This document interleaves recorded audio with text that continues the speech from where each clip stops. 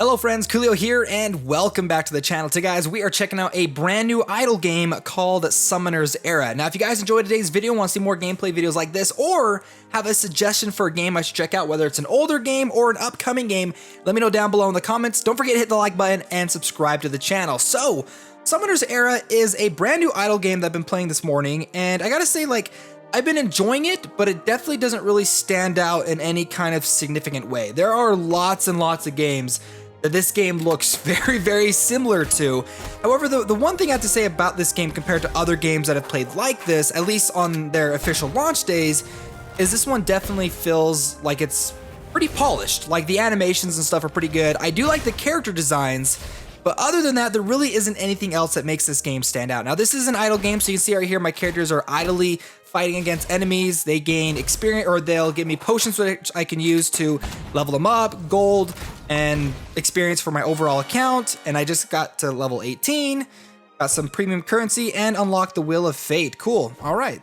So what we're gonna do is we're just gonna jump straight into battle. I mean, if you guys have ever played a gacha game before, this is gonna look really familiar, specifically if you've ever played an idle gacha game before. Now, one of the things I do have to say is I do like the kind of combat system that they've got going on, or at least the formation system. I'm pretty sure I've seen it in other games, but I do want to mention it here, is if any units are in the back row, they actually get a boost to their attack. If you have units in the front row, they get a boost to their HP. So it's kind of a way that you can kind of mix and match it. You can see at the bottoms, like the numbers 1-4, 4-1, 2-3.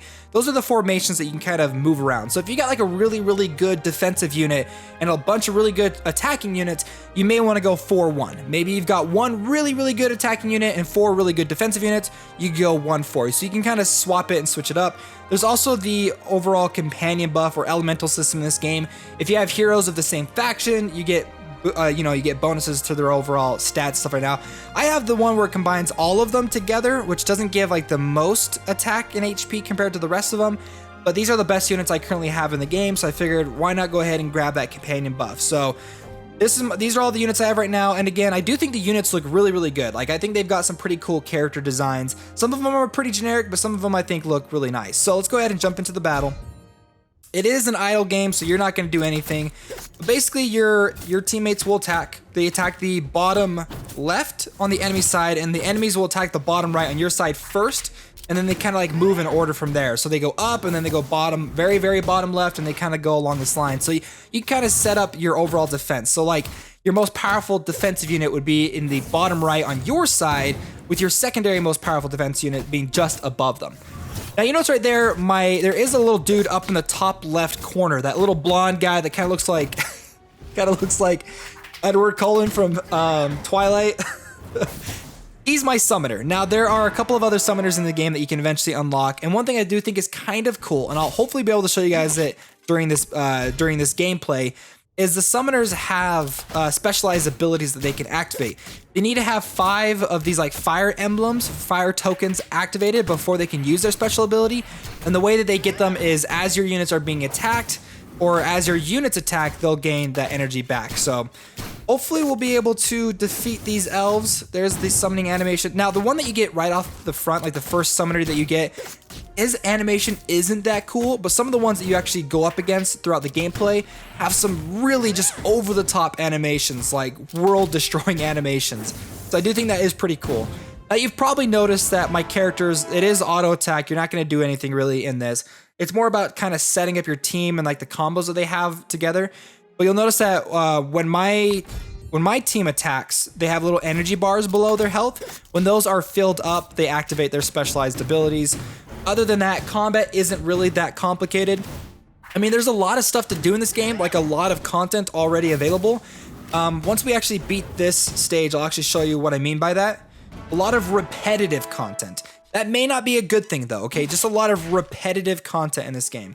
Let's see if I'm able to go back. Campaign. Oh, I don't know if that's gonna let me do it. I don't know how to do it from here. Is this the map thing? Here we go. So you'll notice I'm on map 4, but at the bottom you've got normal, hard, extreme, nightmare, and crazy.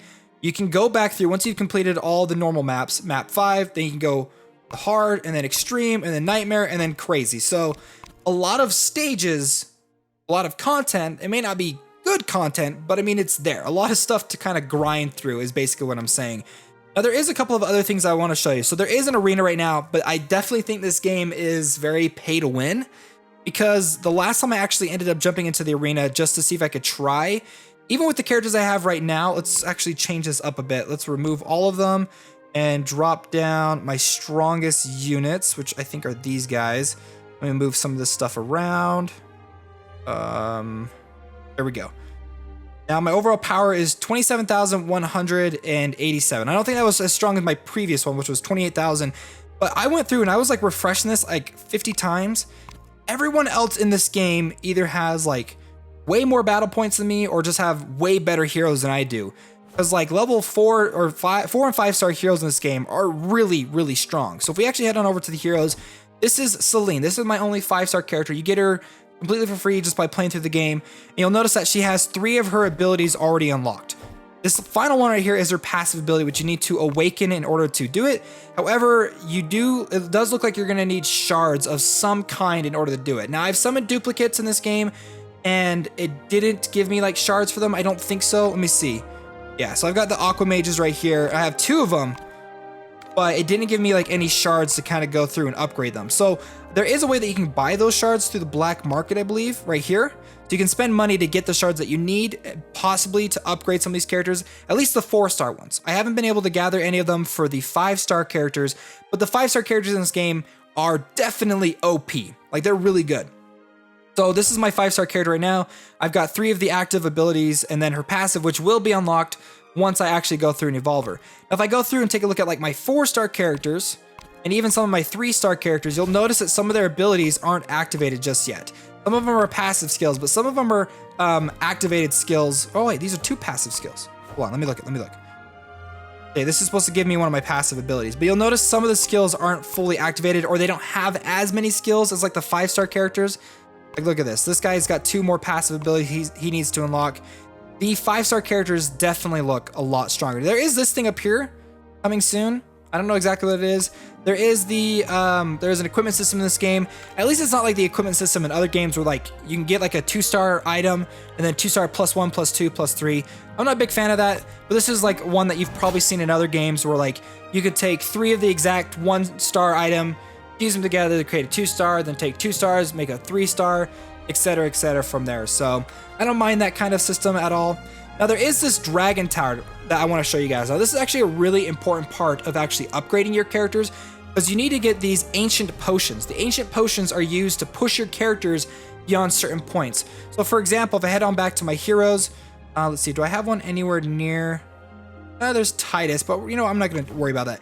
So let's talk about Celine for a second. So when I was leveling her up, when I got to level 9, no, when I got her to level 20, I needed those special potions in order to push her to 21, if that makes sense. Like, you know how like some games have like that limiter block? This game has that same thing. The crazy thing is once I pushed her up to level 21, the amount of like experience essence or whatever the hero XP was like tripled or quadrupled the amount for every single level. So like right now to get to level 26, it's 2,800. From like 19 to 20, I think it was like 500 or something. Like it significantly increases from there, which is honestly kind of crazy. So I think the last thing I'm going to show you guys, there is a bunch of other stuff that I haven't unlocked just yet. It is a grindy game. I've had fun with it. Am I going to stick with it? Probably not. There's a lot of other games that look very, very similar to this game. And already the fact that like jumping into the arena and other people roughly around the same level that I am that have way better characters than me makes me not want to play the game very much. I don't know. Let me know your guys' thoughts down below, but we're going to finish this video by doing some 10-time summons. Now, I was able to get up to 20-something summons in this game. You do get quite a lot if you go through like the Dragon Tower, which I think is nice. I think that's pretty nice that they do give you quite a lot of tickets. However, the premium currency seems to kind of trickle in. You don't get it quite as much as you probably do in other games. So I don't know how often you're actually gonna be able to do summons as a free-to-play player. But let's go ahead and do some 10 times basic summons. See if we can get anything good. So our best unit is a 3-star Oak Root, which actually does look really, really cool. I do think that's a really cool character. Now, before we do the premium summons, this is one thing that I want to give the game props for, because if you go and you look at the summoning rates, for a basic summon, a 5-star basic summon is 0.04%. That's ridiculously low for a basic summon. A 4-star is 2.43%, which I think is like kind of in the middle range of like not being terrible, but not being like great. However, the summon rates for premium summons is almost 4% for a 5-star. That's actually pretty dang good for a gacha game. 4%, it's not bad. That's actually pretty decent. So, but that is for the premium summons. I don't know how often you're gonna be able to get the premium summon tickets for free. So keep that in mind. Let's go ahead and finish the video off by doing one more, doing our premium summon for 10 times. And we didn't even get a 5-star, but we got quite a lot of 4-stars. So we got the Houndmaster, Dute, Crocodile, Ifrit, and Lothariel. I swear, Lothariel, like this character design and this character design are literally in every single gacha game, or at least every single game like this, like the 2D animation. Every game has 2 characters that look exactly like that. So there you guys go, Summoner's Era, brand new idle game. Let me know your guys' thoughts down below. And again, if you enjoyed today's video and want to see more videos of upcoming mobile games or any suggestions you guys have, let me know down below in the comments. All right, friends, my name's Koolio, and I'll see you next time.